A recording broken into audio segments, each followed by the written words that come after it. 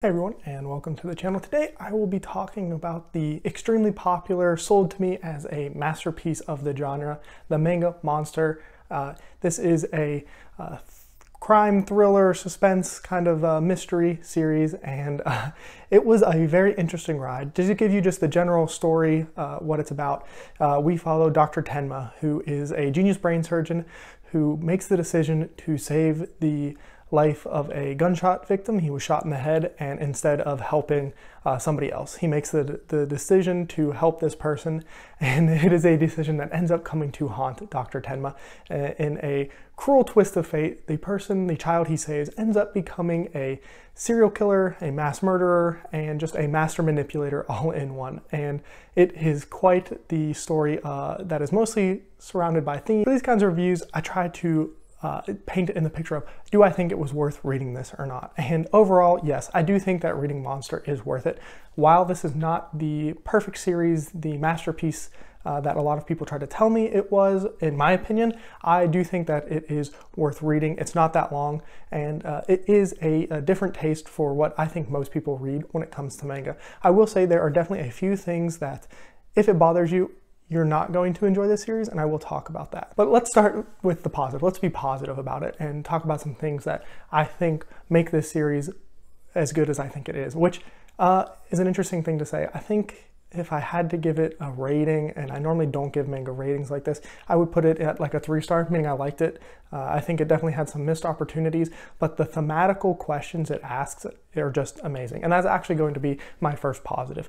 The themes of good and evil, right and wrong, pushing moral boundaries of individuals are some of the best things that Urasawa is able to do throughout this story. You know, he makes you question not only what you yourself would do in that situation, but set situations up where the line of being good or wrong can be blurred in some instances. I think some characters are definitely shown that you can be put in bad situations and still be good. You can be put in bad situations and be bad, be good, good, good and bad. You know, the whole gambit is here to explore, and Dr. Tenma is a great example of this. There are a few other characters introduced later on that are also maybe even better examples of situations not holding back somebody and them having the ability to move forward and still be a good person, even if they are dealing with a lot of different things from childhood or other situations that they have going on. If that questioning theme of good and evil really isn't up your alley, I do think you will struggle a little bit with this series, because that is something that is questioned often and very heavily throughout this series. And I do think it made for a really good discussion. I did follow along with the Murphy Napier, Philip Chase discussion that they were doing. That's actually why I read this series. And that was a great resource to kind of hear other people talk about it as well. Now, the themes are not the only thing that I think Urasawa does really well. I really think his character work is also done very, very well. And while some of those characters really are tied to good and evil, he is so good at introducing a character in a very short period of time, fleshing them out. You know, you can see their insecurities, what makes them happy, what drives them, and in only a few short chapters introduce them and put them in a situation that fits into the narrative and just is able to explore some of those themes. And a lot of the characters are used to explore the themes, but there are a few characters in here that, you know, you just really become attached to rather quickly, and they're not always characters that you think you should, but nonetheless, it does happen. Now, this is a very common thing with mysteries and thrillers, which is not my normal genre, I will say that, but the wanting to know what is happening and what is going on is very, very strong in this series. There are multiple times, and I can see how this would also be a frustration. It was also a frustration with me at times, especially because I was imposing, you know, starting and stopping places on myself. But there would definitely be the ends of chapters where you think you're about to get the answer to something, and then it fades away, the chapter's done, something like that. But I think it's a real positive for the series that it is very bingeable, and you do want to just kind of keep going and keep exploring, because you were strung along the whole time. There are not a lot of answers given to you throughout this series until the very end. And even then, you know, there are still questions that you probably are going to want answered. But in a series like this, I kind of am more forgiving because, one, it is a manga, so they needed to have readers when this was being published, weekly or monthly, I don't actually know which kind of flow it was following, but you want readers to buy that next volume. And I don't know, it just makes you want to keep going. And so I think that was also really well done here. Now let's go ahead and get to some of the negatives. And unfortunately, I find it much more easy to talk about the negatives of this series than I do the positives, because a lot of the positives are spoilery. And I think I'm going to go ahead and have a spoiler section at the end, because there's one thought I have got to get out into the ether.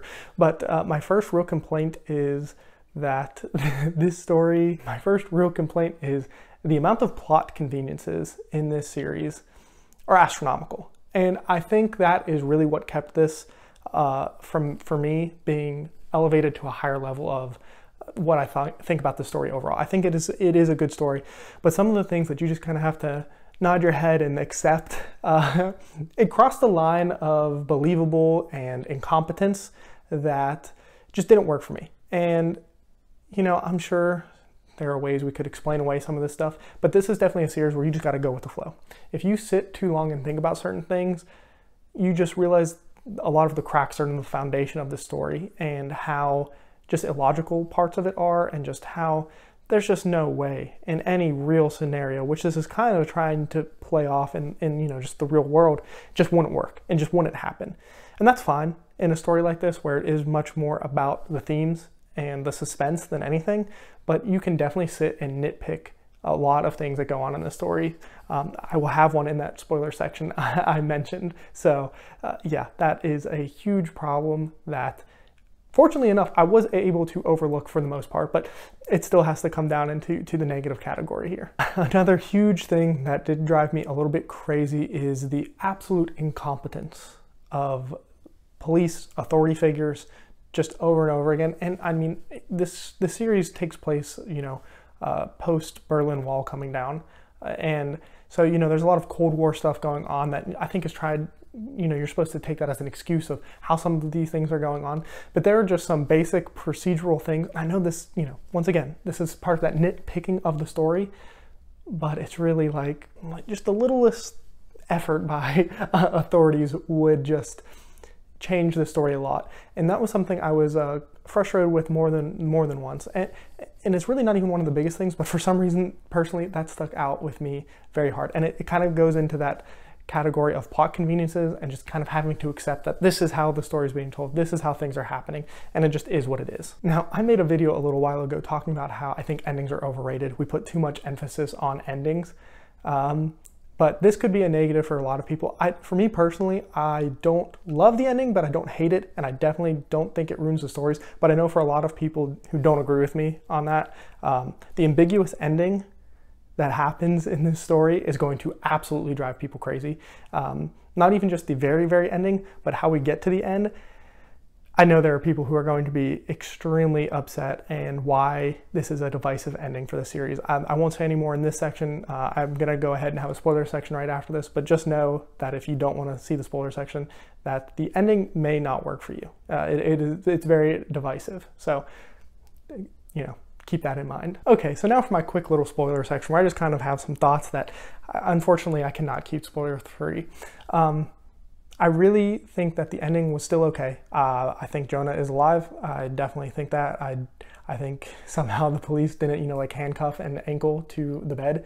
And I think this actually kind of falls into the, maybe he's just going to be able to fade away into nothingness.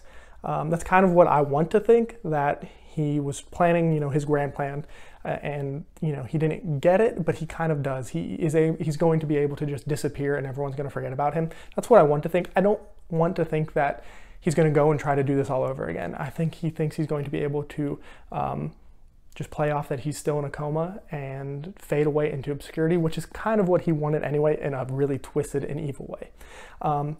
The real question that I think, you know, a lot of people have is, do you think Tenma would have shot Jonah? And unfortunately, I think the answer is very clearly and obviously yes. And it's actually one of my major gripes that I have with the series as a whole. The fact that Tenma shot Roberto in the library when it was on fire clearly and obviously shows to me that Tenma would absolutely have shot Jonah to save the child.